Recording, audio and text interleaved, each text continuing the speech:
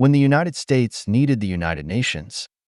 It sanctioned Iran and North Korea in the name of the United Nations, bringing great difficulties to the lives of the people of these two countries. When the United Nations passed a resolution demanding an end to the U.S. blockade of Cuba, the United States arrogantly refused, and the UN resolution had no binding force on the United States.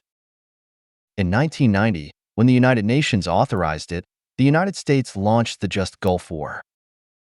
In 2003, when the United Nations did not authorize it, U.S. Secretary of Defense Powell took out a bag of laundry detergent and said it was a weapon of mass destruction, using it as an excuse to attack Iraq, resulting in the deaths of hundreds of thousands of people. When the United States dismembered Yugoslavia, the slogan was, "Human rights are above sovereignty."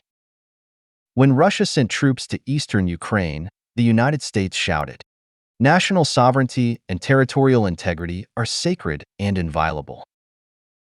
If you ask it why it sells weapons to Taiwan and interferes in China's internal affairs, it will say that it opposes unilateral changes to the status quo.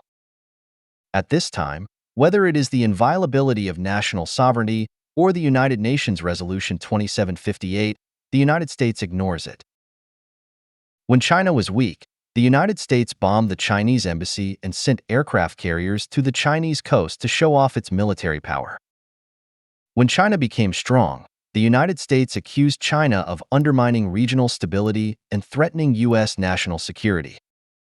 When China's economy is not good, the U.S. media take turns to promote the theory of China's collapse. When China's economy is good, the U.S. media accuses China of overcapacity and dumping goods. When the United States exports products to the world, it is free trade. When Chinese products are sold to the United States, they are accused of taking away American workers' jobs. When Chinese products are of poor quality, the U.S. media constantly ridicules Chinese manufacturing as a synonym for copycat and inferior quality. When Chinese products are of good quality, they say that China has launched an industrial tsunami against the West. American technology companies such as Apple, Microsoft, Cisco, Qualcomm, Intel, AMD have a large number of sales in China, which is reasonable. China's Huawei, BYD, and DJI entering the U.S. market endanger the national security of the United States. The U.S. government warns its allies not to use Chinese communication equipment while arranging people to monitor Merkel and other Western leaders. Western countries have not had a security problem due to Chinese equipment for so many years. But Israel has used pagers to teach the Arabs a security lesson. For so many years, the United States and Western countries have treated developing countries as suppliers of raw materials and exporters of products. They only think about how to reap the wealth of these countries and have never cared about the people's livelihood and economy of these countries. When they lend money to poor countries, they always attach a lot of conditions, such as reorganizing the government and mortgaging minerals.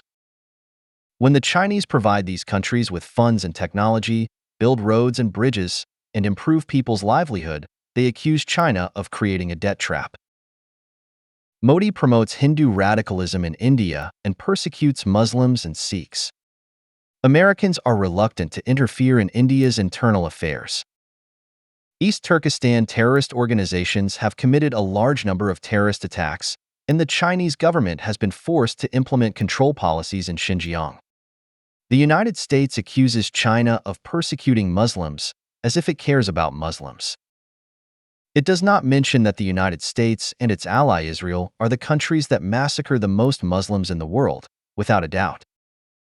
CNN and BBC reporters often create fake news in China, calling it press freedom.